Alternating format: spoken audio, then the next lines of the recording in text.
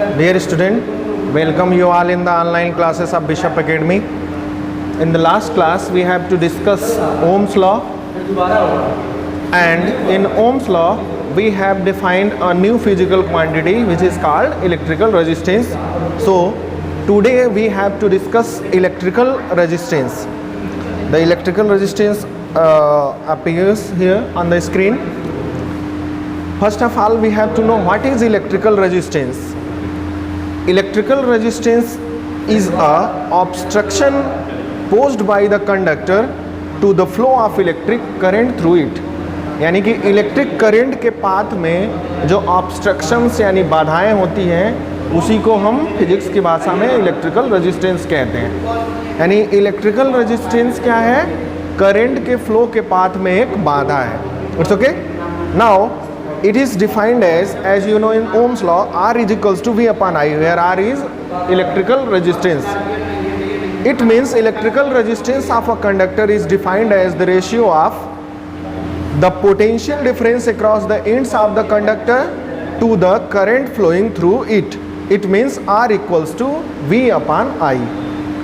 And SI unit of electrical resistance is Ohm. It's okay. This is the symbol of Ohm, which is omega, and you know 1 ohm equals to 1 volt upon 1 ampere.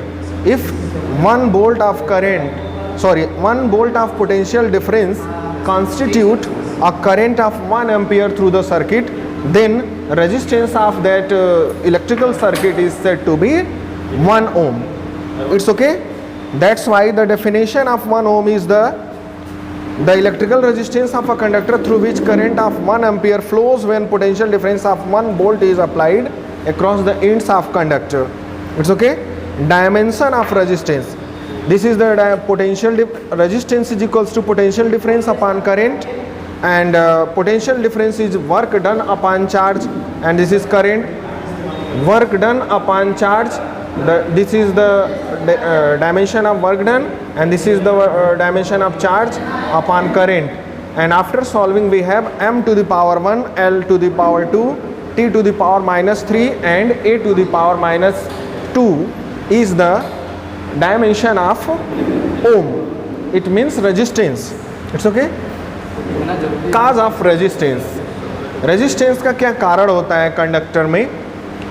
Resistance of a given conducting wire arises on account of frequent collision between electrons with the ions or atoms of the conductor while drifting towards the positive end of the conductor, in which turn depends on the arrangement of atom in the conducting material, on kind of material like silver, copper, etc., which type of wire is used, length of the material and thickness of the material.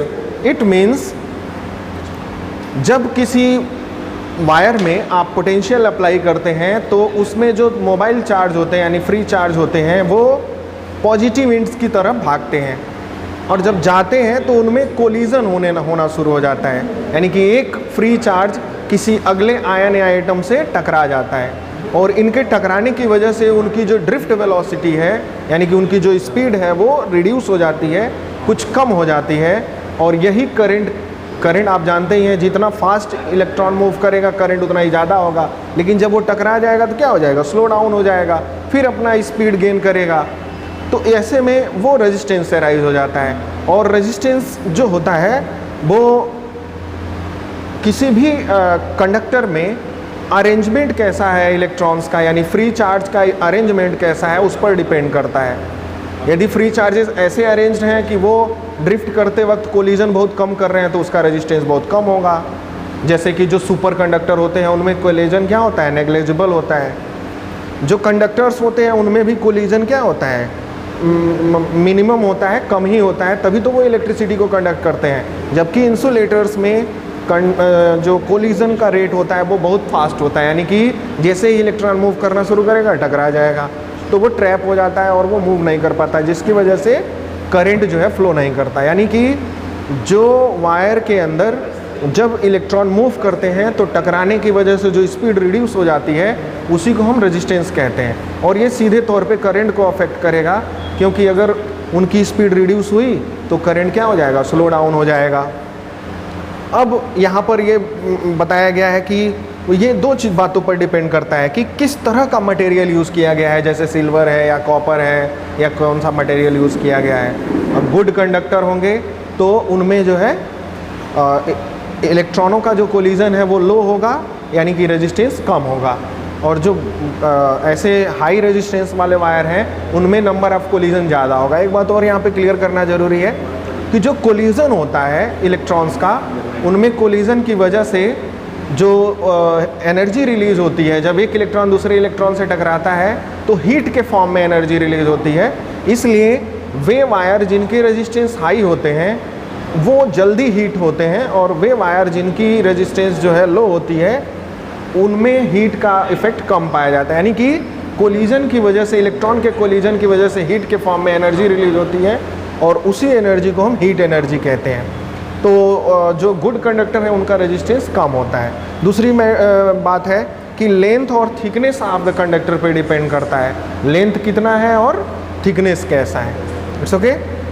ये conductor resistance का cause है। Now we have to know electrical resistivity और specific resistance.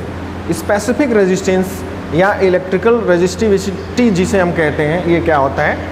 Specific resistance of the material of a conductor is defined as the resistance of a unit length with unit area of cross section of the material of the conductor. यानी कि unit length और unit area वाले cross section के material का जो resistance होगा वही क्या कहलाएगा? स्पेसिफिक रेजिस्टेंस कहलाता है। Specific resistance is the characteristic of material. किसी मटेरियल का बेसिक कैरेक्टरिस्टिक होता है ये।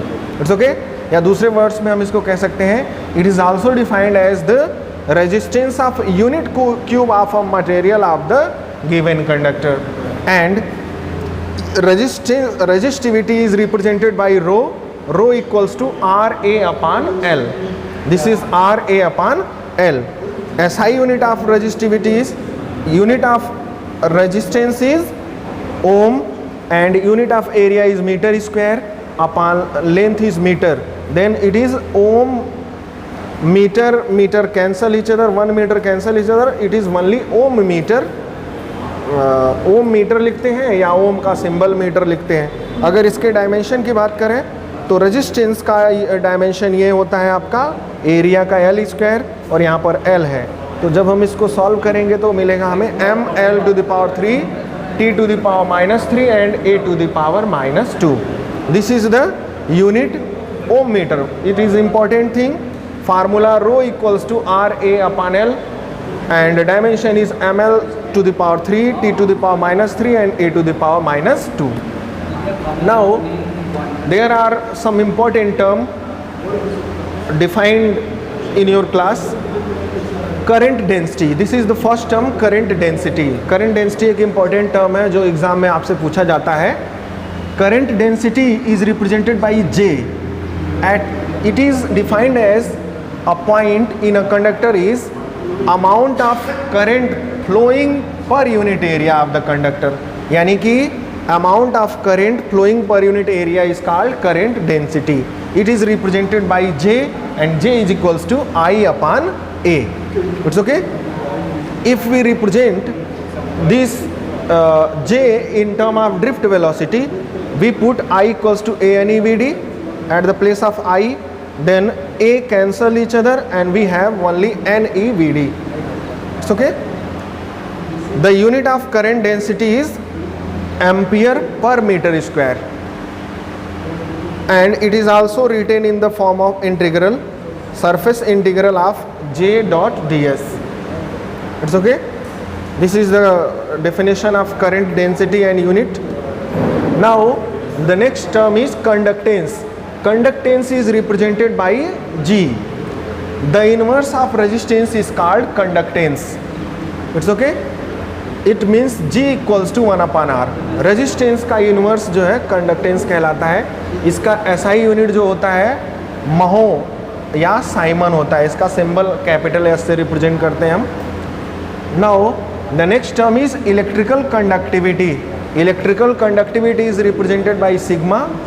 The inverse of resistivity, it means rho, of a conductor is called electrical conductivity.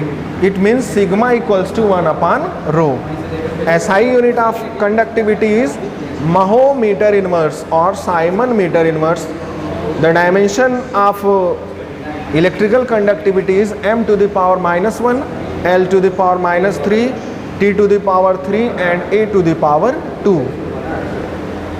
This is the dimension of sigma. It means electrical conductivity. One more important relation is the relation between J, sigma and E. J, sigma और E में relation कैसे establish करते हैं, जैसा कि हमें पता है I इक्वल्स टू NAE/VD, ये हमने रिलेशन आपसे डिराइव कराया था करंट और ड्रिफ्ट वेलोसिटी के बीच. VD के प्लेस पे हम क्या पुट कर सकते हैं, ड्रिफ्ट वेलोसिटी का जो रिलेशन मिला था हमें small e capital E tau upon m, ये हमने पुट कर दिया. यहाँ से हमने तो मिल गया NAE² tau E upon m. आपको पता है I upon A equals to होता है, या इसको हम यहाँ से A को सब्जेक्ट कर लें, अगर इधर A को ट्रांसफ़र कर दें इधर तो हमें मिलेगा IA NE² tau E upon m. अब हमारे पास I अपॉन A को हम लिख सकते हैं J, ओके. और ये जो वैल्यू है E को छोड़ दिया जाए तो 1 अपॉन रो का वैल्यू है, 1 अपॉन रो का वैल्यू है वो यहाँ पे देखिए दिखाया गया है. Rho equals to m upon NE² tau, तो 1 अपान रो इक्वल्स टू हो जाएगा m अपान NE² टाउ. सुगे तो हम 1 अपान रो प्लेस कर दिए तो यहाँ से मिल गया J equals to sigma E. This is the relation between J, sigma and E. Thank you for watching.